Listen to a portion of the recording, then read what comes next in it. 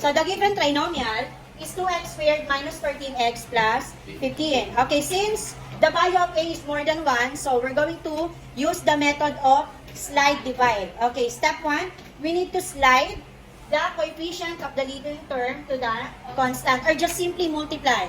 Multiply the coefficient to the constant. So this will become 2 times 15. So si 30 ay si 15 ay papalitan na natin ng 30 at mawawala muna si 2. So this will become x squared minus 13x plus 30. And then dahil si a ay equal kay 1 na, proceed na tayo sa steps on how to get the factor if a is equal to 1.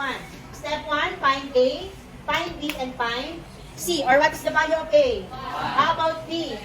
Negative 13. Very good. And c is?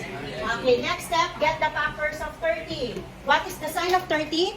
Positive. So probably the factors will be both positive or both negative. But tingnan natin si Malakas.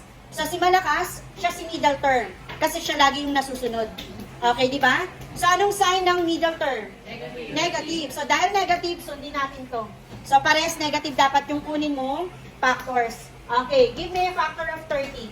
Kailangan both negative. Yes, Luigi? Very good. Negative 10 times negative 3. O sa tingin nyo ba, pag pinag-plus natin yan, makukuha na agad natin si negative 13? Okay, no need to proceed na sa mga susunod na factors. Sum na agad tayo. So, add this. Negative 10 plus negative 3. What is the sum? Negative 30. So, nakailangan palapasin natin. So, meaning, ang kailangan nating factors ay negative 10 and negative 3. What is the next step now? 2 parentheses. Then, copy the given variable which is x. Okay, then, write the factors. Negative 10 and negative 3. Okay, next step, divide. Sino i-divide? Si 2. Sino si 2? Si leading coefficient. So, i-divide natin yung kanina nating minultiply, which is 2. Dito sa constant. Okay.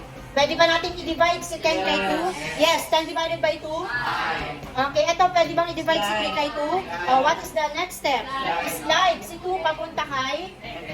So, this will become 2x minus 3 or 2x minus 3 multiplied by x minus 5. Okay, who got the correct answer?